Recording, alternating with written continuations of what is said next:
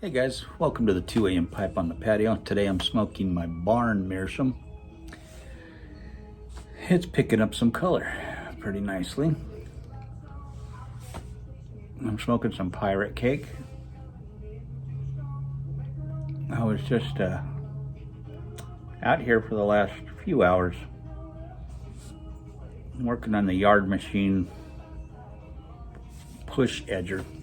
My wife wants to use that tomorrow, and when we bought it off a marketplace, and when the guy sold it to us, he told us, you know, the only way to start it is to take the filter cover off and spray starting fluid down the carburetor.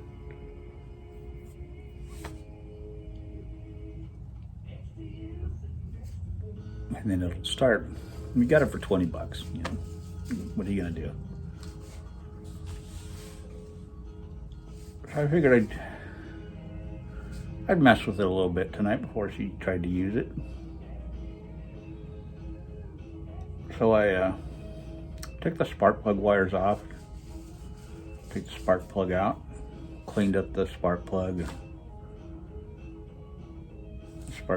connection, and cleaned that all out.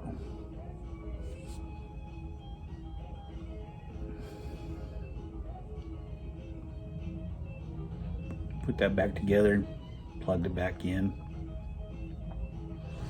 Then I took some seafoam and I put it in the gas tank. The gas tank was just about empty. I mean, you could barely see any gas in it. So I put some seafoam in there and put a little bit just to cover the bottom of the gas tank in it. And a little bit of gas, just a tiny bit of gas. And I started it up. I just let it run so it would work that seafoam through. And you could audibly hear that thing start running stronger, more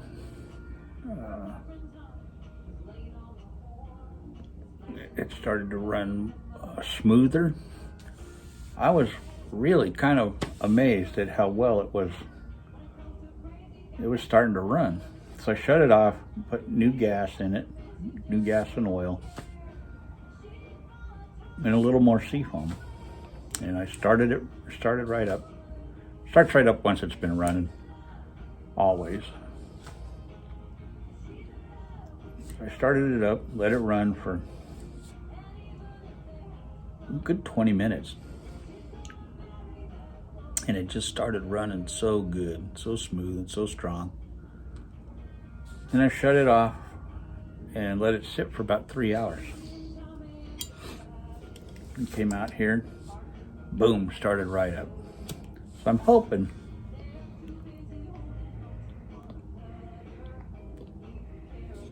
that the problem with it was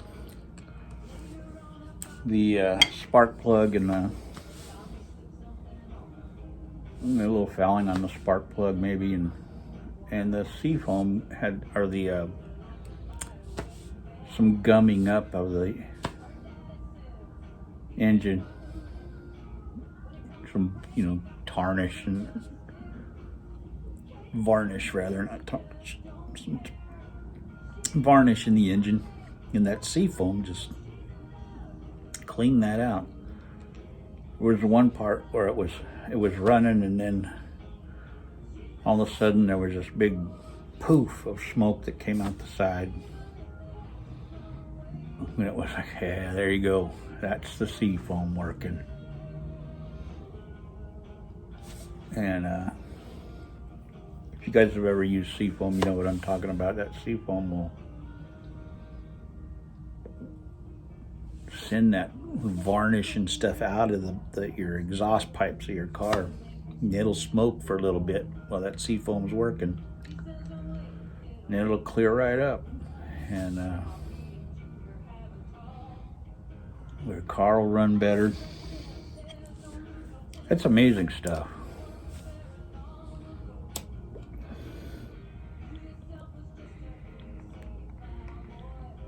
I just call it miracle juice.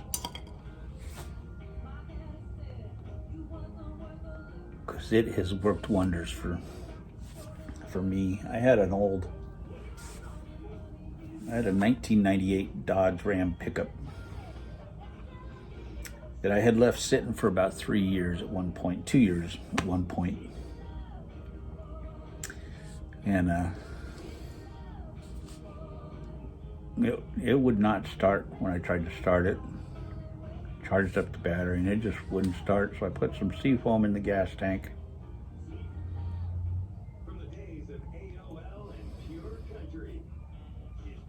And a little bit of gum out. Kicked that thing over and kicked it over and kicked it over, and all of a sudden, boom, it started going. And that thing smoked for a bit. And then it just started running, and it ran like a top. But I think it just did. Injectors and everything had been sitting so long that it just started, had a lot of varnish and crap in them. The injectors. And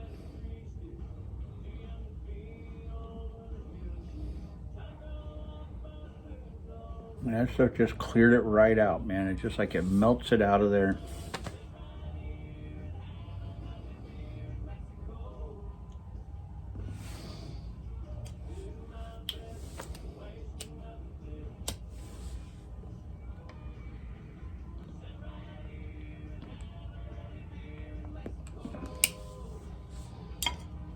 And you can put it in your oil.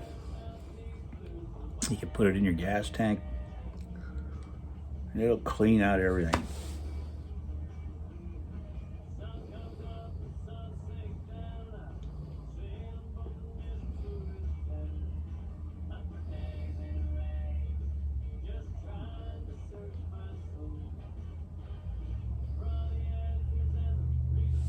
So that's what I've been doing.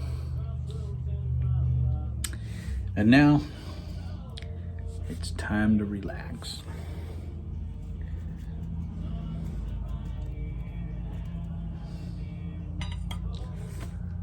I got the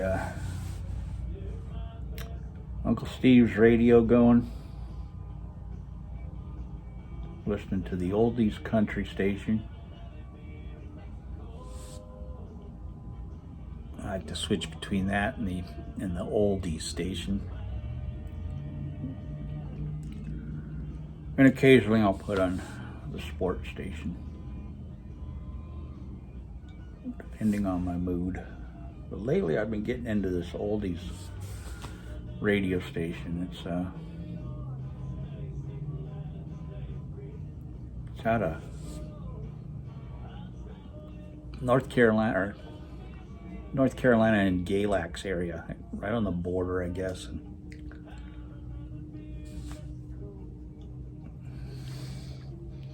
And then there's a sister station here in that they play it on here in Roanoke.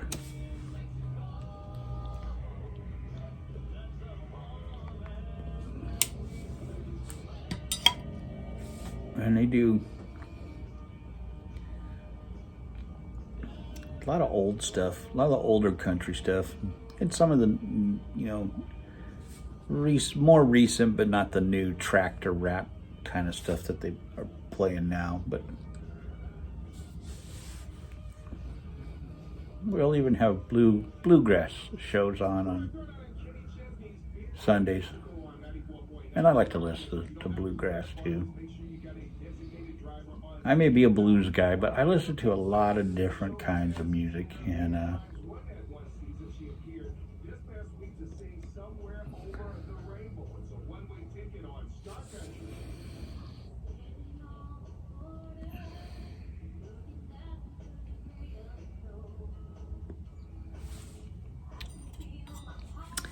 There's a guy here that plays up in Floyd.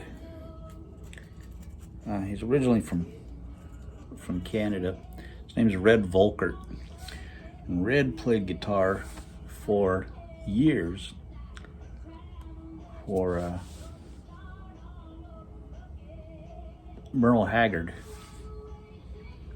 And Floyd's about 45 minutes from here. He plays every Thursday up at the Floyd Country Store.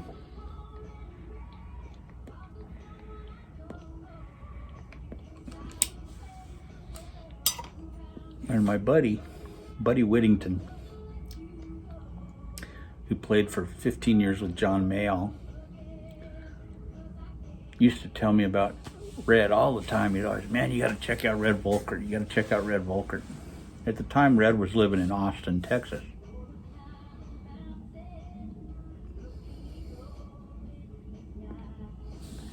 And I had known Buddy online for a long time.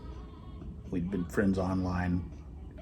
And I got to play with Buddy at a benefit concert in San Diego. And we became great friends. And every time Buddy and John Mayall would come to San Diego, he'd call me up and say, hey man, you want to come to the show? And he'd get me backstage passes to the John Mayall concerts, and my wife and I would go and just have a grand old time. Buddy is such a nice guy, and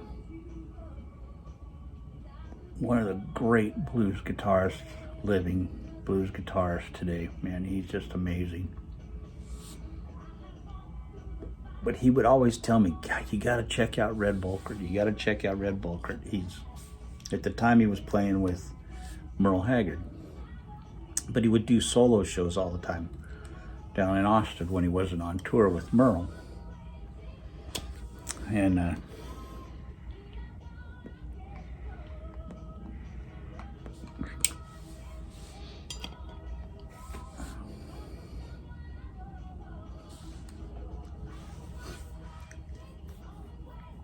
now, when we moved here to Virginia, I was talking to Buddy. I said, hey, we moved to Virginia. He goes, hey, Red just moved to Virginia. He's out near you. And sure enough, Red moved out here to Southwest Virginia, just like we did. And he's playing up here in Floyd all the time, every week on Thursdays. And I haven't got out to see him yet. I've been watching his shows online. They show him online all the time. I have got to go see Red. Red is one of the most badass guitar players you will ever hear. He can play everything. But he is an amazing country guitar player. And I mean, you got to be pretty damn good to play with Merle Haggard. And he tells some amazing stories. There's some great interviews with Red online. You look up Red, it's REDD VOLKEART.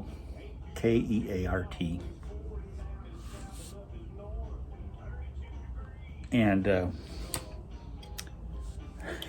he was telling a story. He was playing with a guy in Nashville in his band, and the guy told him, he goes, you know, I've had some pretty bad guitar players in my day, but you were the best of the truck driver looking ones.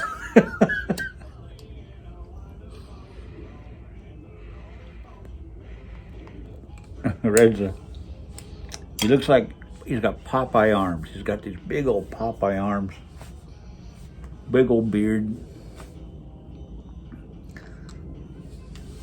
Wears a flat cap a lot. He looks like one of us here in the YTPC is what he does. Just a funny guy. Just tells incredible stories all the time. But I need to go up and check him out at Floyd. You know, I love going to Floyd. Floyd's like Floyd is kind of like an artist community. A lot of music happening there. It's a bluegrass capital. They have the big, what they call the Floyd Fest there, which is like the bluegrass Woodstock. And it's huge. I mean, it's massive. But they have a lot of music in Floyd, and I love going up there. A lot of shops, a lot of record stores. I've go up there quite a bit, and I love hanging out in Floyd. And but I've never gone up and seen Red, and I just found out he's been playing there for like the last 3 years. He's been playing there, and I just found out 2 months ago.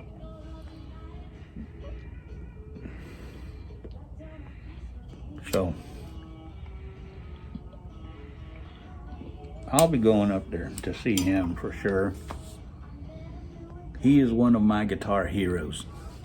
He truly is an amazing. I have several of his records. And Buddy, always raved about him. And if Buddy raves about somebody, it's somebody you need to check out. And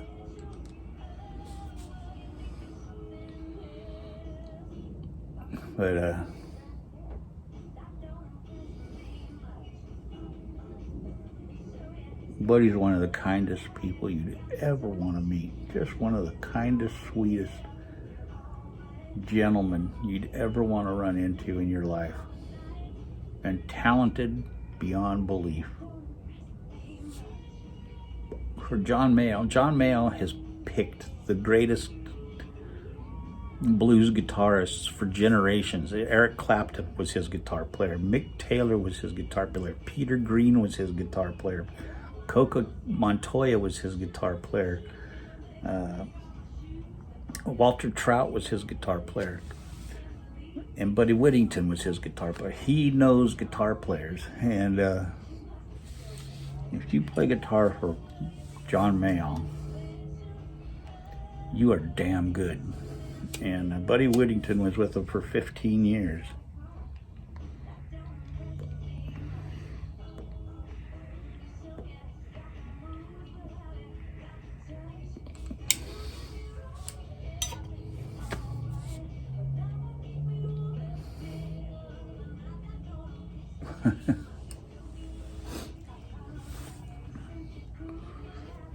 Buddy's got some great stories of playing with John Mayall. He was telling me one, I don't think I'm talking out of line here, but he was talking about at John Mayall's 70th birthday party. They recorded it, it's on video. Eric Clapton was there. Mick Taylor was there. They had, Mick Fleetwood was there. They had, all these people who had played with John Mayall were there. And Peter Green showed up, but Peter Green wasn't scheduled to play. And so Buddy told Eric Clapton, hey, Eric, if you wanted to get Peter Green up, I think it would be okay. Eric Clapton looked at Buddy and said, what, are you the boss now? Buddy said, no, sir. No, I'm not the boss.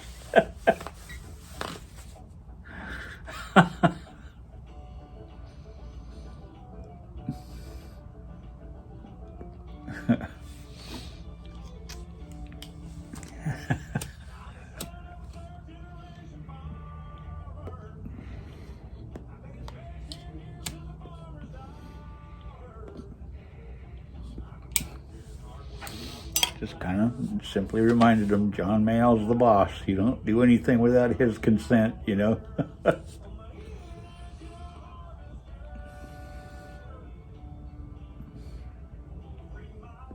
Said even Eric Clapton doesn't do anything without John Mayall's consent.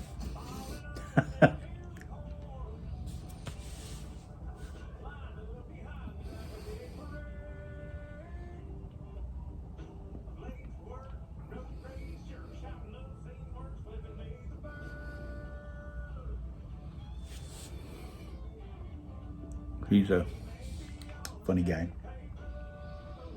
But he sends me stuff all the time, jokes, and he's just a funny dude. I can't believe he's not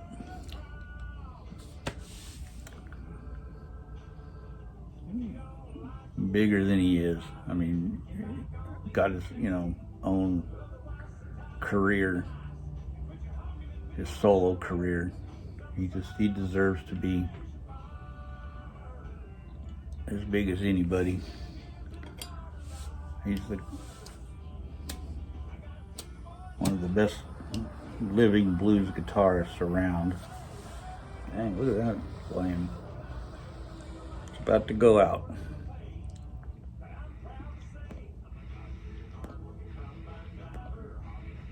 You can always tell when this thing's about to go out of, when the fluid's about to go out of that, it does that. That's one of the things about it.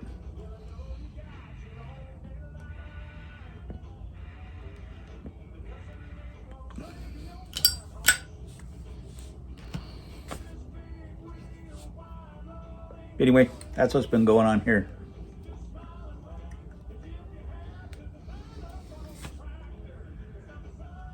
But if I go see Red Volkeart, I will do some video of him playing and put it up here so you guys can see him and hear him and just be amazed at how good that man really truly is. But and he's such a, for as good as he is, he seems like such a gentle man, just a gentle soul. He's got some funny stories. Anyway, I will catch you guys later. Take it easy.